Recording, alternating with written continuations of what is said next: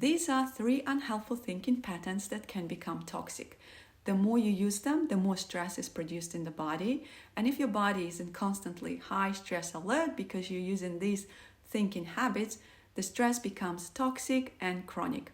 I see clients using these thinking habits a lot. They're automatic, reactive, unconscious. Chances are you do not even realize you are utilizing them. Here they are. As I say them and give examples, check if it relates to you. Number 1, catastrophic thinking, making things much more horrible than they actually are. Having the end of the world scenario in your head. If not treated, it can lead to anxiety and depression. I have the whole video on catastrophic thinking on my YouTube channel if you are interested to know more. Number 2, shoulds and musts. Do you find yourself saying out loud often, I must, I should? Some clients use it in almost every sentence without realizing. This thinking pattern often hides unrealistic, brutal, and unfair expectations of yourself and the world, including your family. Expectations create pressure and high levels of stress. Thinking pattern number 3, black and white thinking. When you're stuck between 2 extremes. Here's an example. I either stay in my job that I dread and can't stand anymore, or I have to leave and build a thriving business. You are stuck because you feel like you have to sustain high level of effort in 2 highly stressful scenarios you created in your head, and you might have to make emotional decision, and this is highly stressful. What can you do to help you deal with these toxic thinking patterns? If you find yourself using these thinking habits, start becoming more mindful and notice what exactly and how you are using them in what situations. Remember, nothing exists without a reason.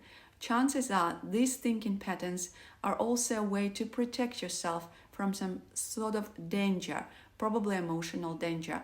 They might be adaptive reactions if you survived a toxic situation or a toxic home where you didn't get the support that you needed. So you learned to use toxic thinking to cope. Now, shed the judgment and become curious about your own thinking habits, how and when they show up.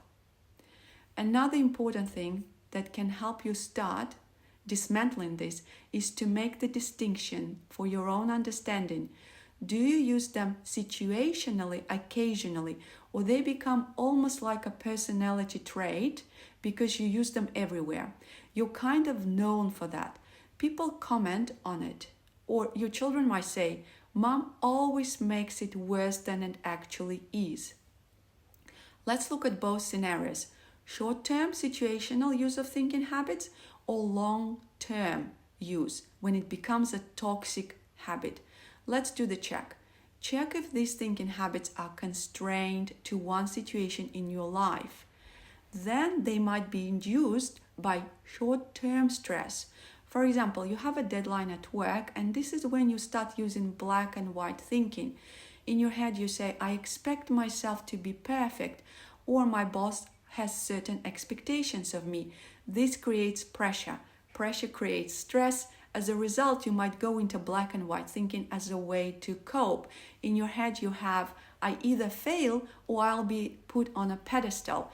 In this case, when you make it a great failure, one extreme, or a great success, another extreme, you're missing all the great area, which is actually full of interesting potential. Instead, by using black and white thinking, you put yourself into high stress alert.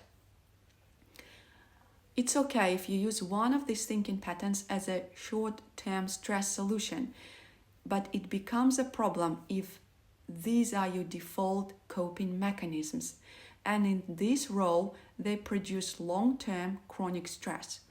If you find that using these thinking habits overwhelms you and leaves you out of control, you find yourself spiraling into difficult emotions, you become depressed, anxious, you feel shame, or you fall into low mood for a prolonged period of time, you might consider support and seeking help to help you dismantle these thinking patterns, release them from your mind, body, emotion. Find support to help you process the feelings connected to these thinking models that you have probably used for a long time, so your body can recover from chronic stress induced by these thinking habits. Why think help if these habits become chronic or toxic stress response? It's often not enough to know what toxic thinking habit you're using and how it is harming your emotional and physical health. Look, the stress energies produced by these behaviors are recorded in your mind, body, emotional system. It's like a vicious cycle.